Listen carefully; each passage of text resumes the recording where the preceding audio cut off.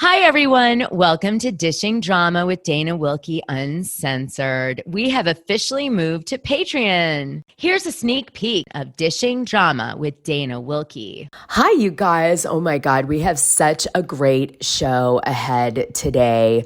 But I have to tell you, I'm having so much anxiety as I record because my son, John, is taking the SSATs. This has been 2 years in the making, the training, the workouts, the mental capacity, the studying every vocab word you've never heard of under the sun, math into the next universe. I mean, it's so intense. And he is taking the test as we speak, and I'm freaking out. So I said to myself, let me call somebody who could calm me the fuck down. And there's only one person on this planet that can do that. And well, let me get him on the phone.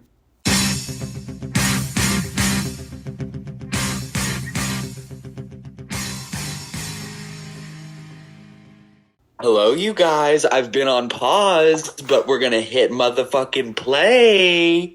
I'm back. I also came to help John with I was just going to cheat and do the test for him, but then I realized he's actually a lot smarter than me. So he's back to doing the test himself. I'm very excited to be here. So you guys, it's very exciting because Casey has been working. Can you tell them anything about what you've been doing, Casey? I don't want to say anything that I'm not allowed. Yeah. I've been working for a comedian for a while now, and we're working on a feature film with my sister, doing some LA stuff. And yeah, I decided, you know what? I just have missed you guys. I've missed Dana. It was time for a little return. So I'll be popping in for the next 3 shows. Yep, he over is. the holidays. He's going to be helping me so much. And he's got, oh my God, you guys, the ideas of the shows that Casey told me he's doing. I'm so excited for you. It's going to be nice for you to have a different energy, take a break from the same old me. And he's got some amazing ideas. So I'm really excited. I don't know which ones he's going to do, but it's going to be great. I'll just give you a little sneak peek of what you can look for from me is that on January 13th, I'll be writing again for the Critics' Choice Awards. So you guys got to tune into that. It's going to be very funny. Any jokes about Jacob Elordi, those are written by me because those are going to be most of my jokes about Saltburn. He's so hot. I love him. Yeah, I'm really excited, guys. All right, cool. And Casey might have some celebrity stories he might tell you. Maybe, if you're lucky. If you're lucky. You filthy little animals. All right, so I'm going to let Casey go now that we told you this and get back to the show. Come on, bitch, let's go.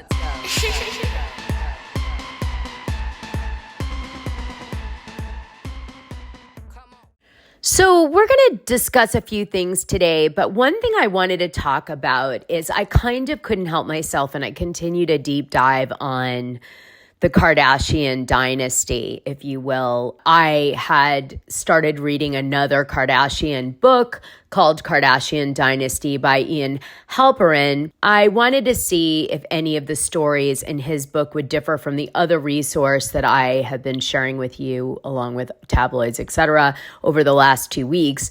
And I got really intrigued right away because of a few things. Number one, Ian Halperin talks about another prophecy besides the one we know about, that Robert Kardashian was told that his family name was going to be, world famous. And there was another prophecy, it turns out, that really impacted the Kardashians early on, and it actually saved the lives of all Kardashian family. And I wanted to share this story with you because I think you're going to find it really interesting. So I'm going to play you the story in its entirety, but essentially what I'm going to play you is a story about an elder in a village where the Kardashian early generations are from. And this man, who is an elder, had made a prophecy when he was 14 years old to his village that everybody had to leave this village or they would die. And he suggested everybody go to the West Coast. And then everyone pretty much ignores this prophecy for a long time. The boy becomes a man, he hits a certain age, and then all of a sudden he's like, I want to remind everybody of the prophecy when I was 14, but I want to now say that it's the time. Like, we have to go now or we're going to all die. And we've got to go to the West Coast. So listen to me, village, and go. And well, the Kardashians did listen, and they left, and they followed this man's lead to the West Coast. And this is what ends up obviously creating the generation of Kardashians that we know of today. But it was yet another prophecy story that's high impact in the Kardashians' generational storyline. Let me play it for you. 4 decades earlier, another boy from Kardashian named Efim Klubinikin, an illiterate 12-year-old, was said to have issued an apocalyptic prophecy. Those who believe in this will go on a journey to a far land, while the unbelievers will remain in place. Our people will go on a long journey over the great and deep waters. People from all countries will go there. There will be a great war. All kings will shed blood like great rivers. 2 steamships will leave to cross the impassable ocean. The prophecy was ignored, but in the early years of the 20th century, Klubinikin, now a respected village elder, called a meeting of church leaders from the region and reminded them of his boyhood prediction. He warned them that the time was coming for them to escape Russia, and that soon they would be barred from leaving. He pointed to a map of the west coast of the United States and declared that his people should settle in America, the land of the living, before it was too late. He prophesied this was the time for them to leave Russia, as there were terrible times coming, especially for the Armenians. Researcher Joyce Kiosababian-Bivin later told the London Daily Mail. Over the next 10 years, more than 2,000 ethnic Armenians heeded the warning and fled to California, even as their friends and neighbors taunted them for believing such superstitious nonsense. In 1913, Tatos's parents made their way to Bremen and boarded the SS Brandenburg to Philadelphia. A month later, 17-year-old Tatos followed on the SS Köln. On board the cramped ship, he met another fleeing jumper, Thomas Shakarian, whom he would later marry. 4 years later, as the First World War raged and Russia became engulfed in revolution, Turkish forces stormed the region, massacring Armenians, including virtually every inhabitant of Kardashian. Eventually, more than 1.5 million Armenians would perish in a genocide that was said to have inspired Hitler's final solution. Today, Armenians refer to the slaughter as the Great Calamity. If the Kardashians hadn't heeded the warnings of the prophet Efim Klubinikin, they would almost certainly have been counted among its victims. Okay, so that's really wild, right? So there's another prophecy that's given to the Kardashian family, and it really impacts the trajectory of things, kind of adds to the mystical nature of this family, right? That's why I wanted to play it. A little X-Files action there to talk about these very strange prophecies surrounding the Kardashians. But that is not what today's show is about. Actually, today's show is about Bruce Jenner. I'm going to wrap up some intel I wanted to finish up about Kris Kardashian, Robert Kardashian, that is juicy, or I wouldn't include it. And then I want to move on to Bruce Jenner, aka Caitlyn Jenner, because I was pretty mind blown with some of the research that I found out in this book about her. And you really need to hear this. So I'm going to share it. Let's get into it.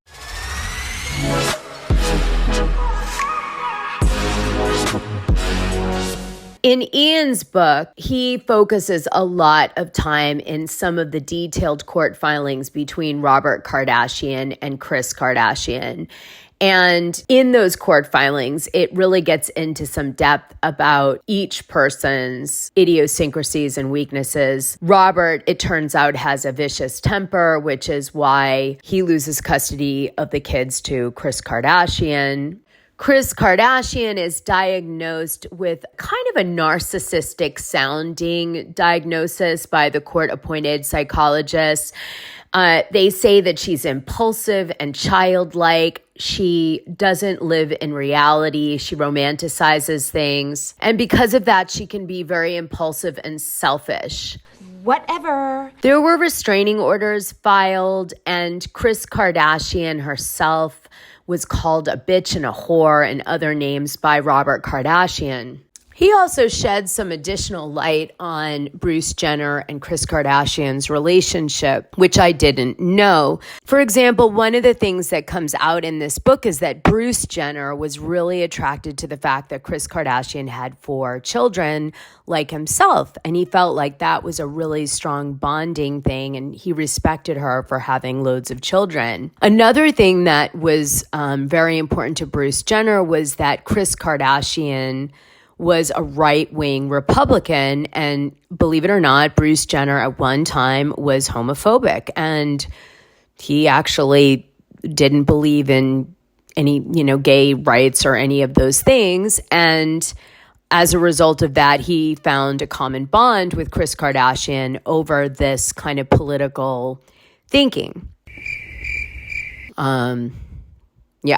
Ian also, in his research, found out that Kim Kardashian was very close with Bruce Jenner from the very beginning and got along really well with him. But Kourtney Kardashian did not like Bruce Jenner in the beginning and would run away, and Robert Kardashian would have to go find her and lashed out and wouldn't do what Bruce Jenner asked of her. And they had a really tumultuous relationship because she didn't want Bruce Jenner to be her father. So I thought that would intrigue you guys. She also would wear all black all the time when Bruce Jenner was around as a silent protest of him becoming her new parent. So I suppose, given that she used to dress symbolically to protest things, right, in her childhood, in her teen years, we could draw the conclusion that potentially she might do that to this day, which might explain some of her wardrobe choices with her men, Scott Disick and now Travis Barker,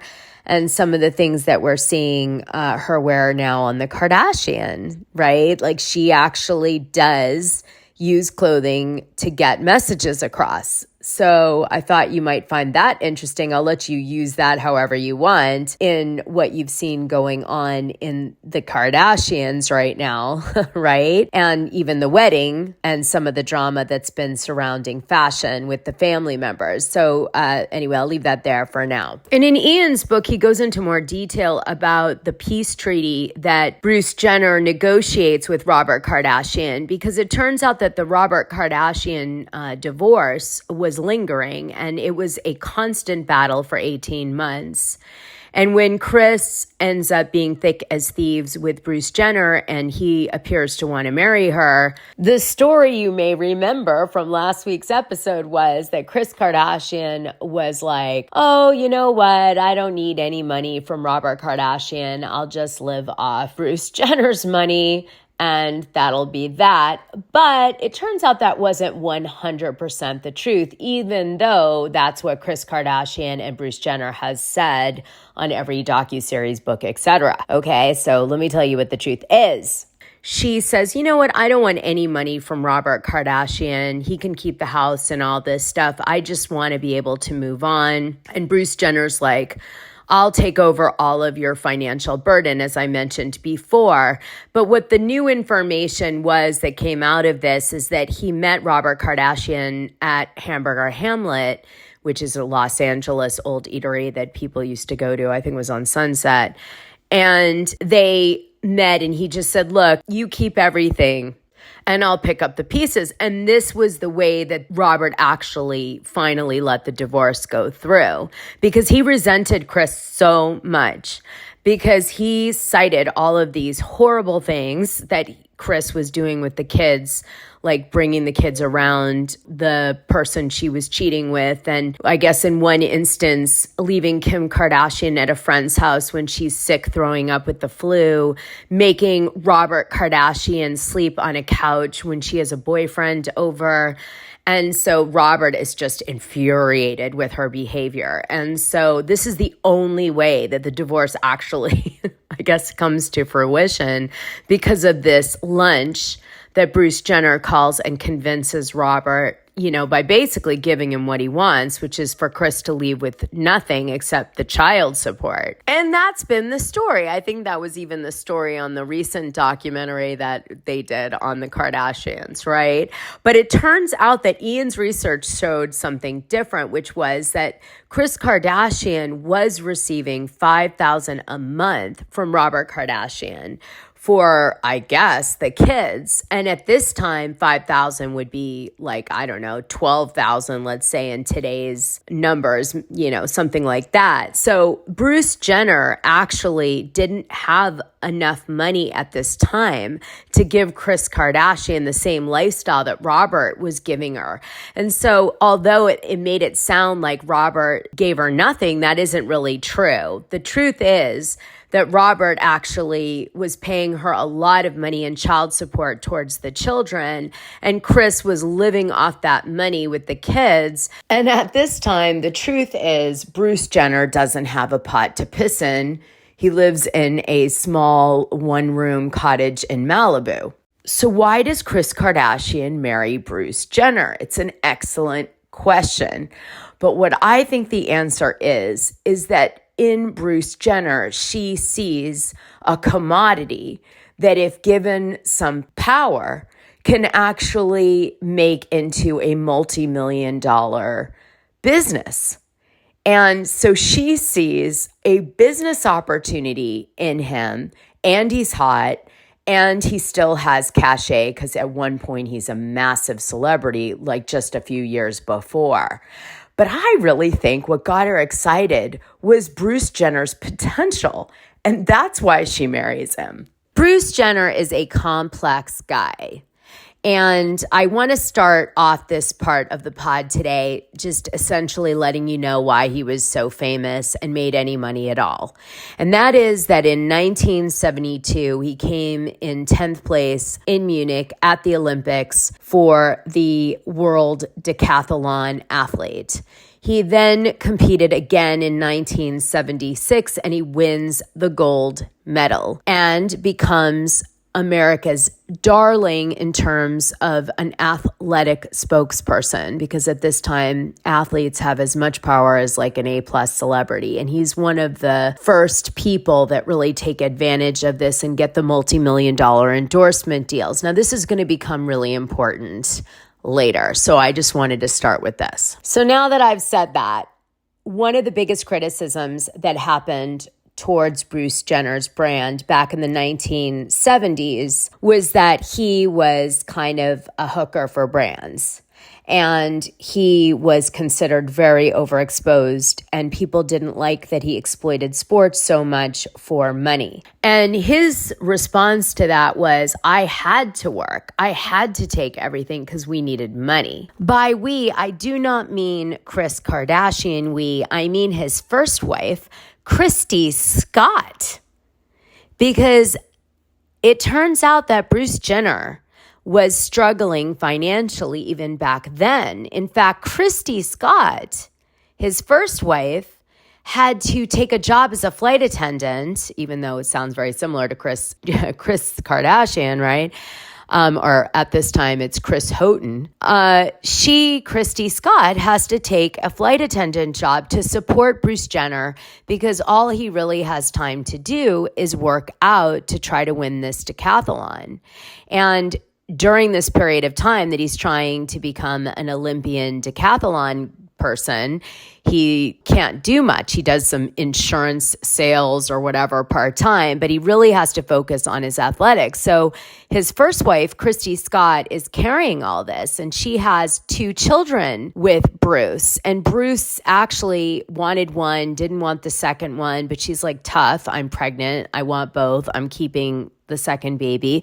And, Bruce finds himself in this really difficult situation where he is struggling financially at the end of taking so much time off to become an Olympic medalist. And so, now he's got to take care of Christy Scott and do right by her because she sacrificed so much for him, and their relationship falls apart in the process of him becoming an Olympian. And now he's got 2 children he has to support, and he had no money. So he had to take every single endorsement deal he could get his hands on. Now, a lot of people believed at this time that the pressure of all of this was what caused the demise of Bruce Jenner's relationship with his first wife, Christy Scott, but it isn't actually true. In fact, what seems to be more the truth is that way back before they ended their marriage, Bruce Jenner admitted to his first wife that he wanted to be a woman, and that this may have been actually what damaged the relationship beyond repair and made them go to a divorce situation. Although, as you will hear, she says otherwise. He is one of the most talked about people in the world right now. Bruce Jenner revealing he considers himself a woman in an exclusive interview with our Diane Sawyer. And tonight it's his family's turn to talk. His first wife and children coming forward with their struggles and their support in a poignant display of love. Here's ABC's Chris Connolly. I would have to say Christy probably would be the first one to know.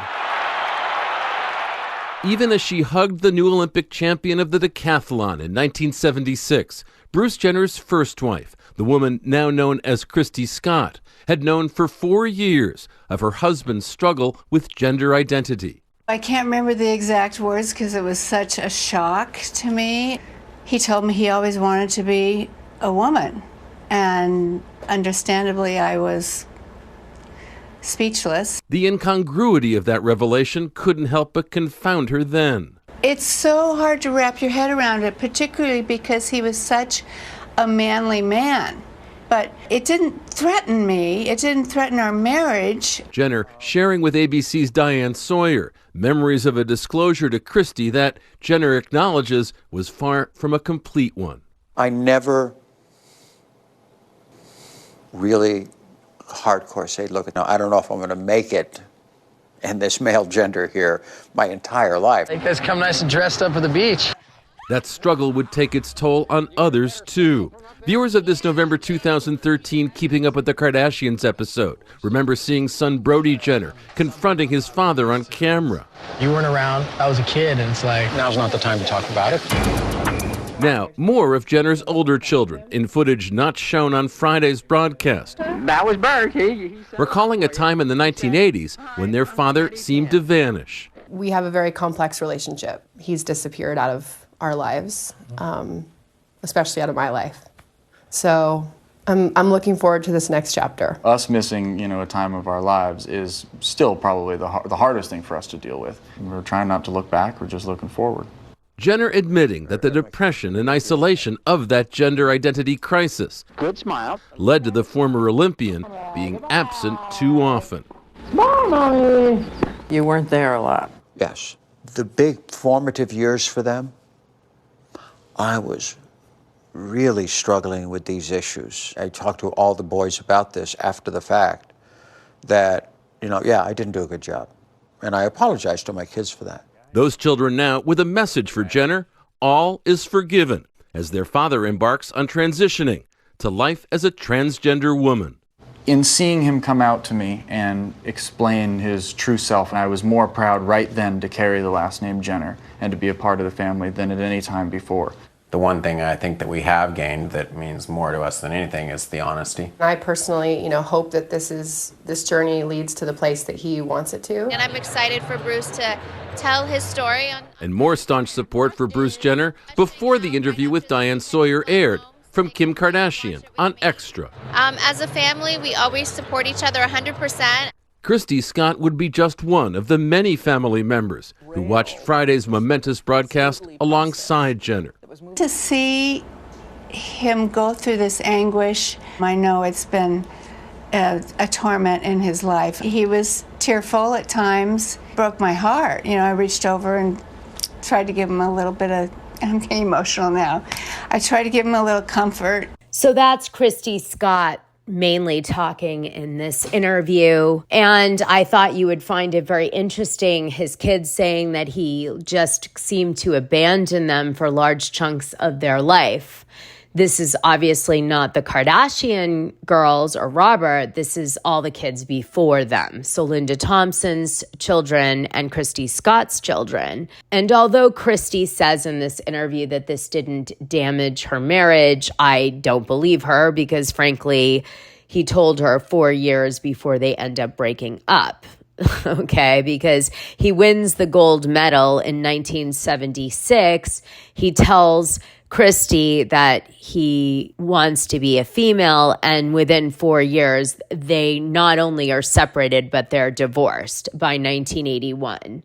So I think this took a larger toll on their relationship, and I think that's pretty reasonable than they're letting on in this particular interview. Also, to get in the head of Bruce Jenner for a second, Bruce Jenner was raised in Mount Kisco, New York, which now is a rich area, but at this time would have been, middle to lower class. His father was in the military. His name was Bill Jenner, and his mom was a housewife who would do work from time to time to help support the family's finances.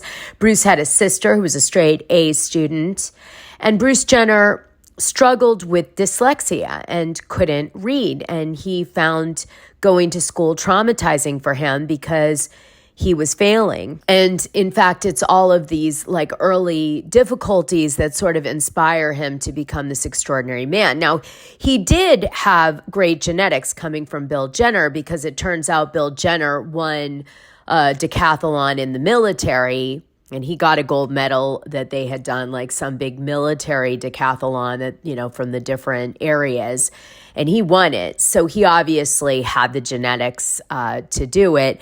Bill Jenner also was an arborist, so he was an outdoorsman and was probably pretty strong and in good shape. Well, like all kids, Bruce Jenner just yearns to be special in some way, and he just can't seem to achieve it in school academics, mainly because of his dyslexia that is not being diagnosed. I can't read. And it's hard to do school well if you can't read and no one's helping you kind of disability. So he has this moment where finally they have this obstacle course, and Bruce Jenner's asked to run the obstacle course in 5th grade with the rest of his classmates. And he's so fast and so good at it that for the first time ever, he experiences what it's like to be the superstar of the school, of the class. And he loves the feeling because now he's special. But there was another dark secret that Bruce Jenner had. And it's not what you think because later he transitions. It's actually that for the full scoop, join the Dishing Drama Dana Patreon. The link is in this audio description. It's only $6 a month and you'll get the best information and tea about the things you care about. And even the things you don't know you care about. What are you waiting for?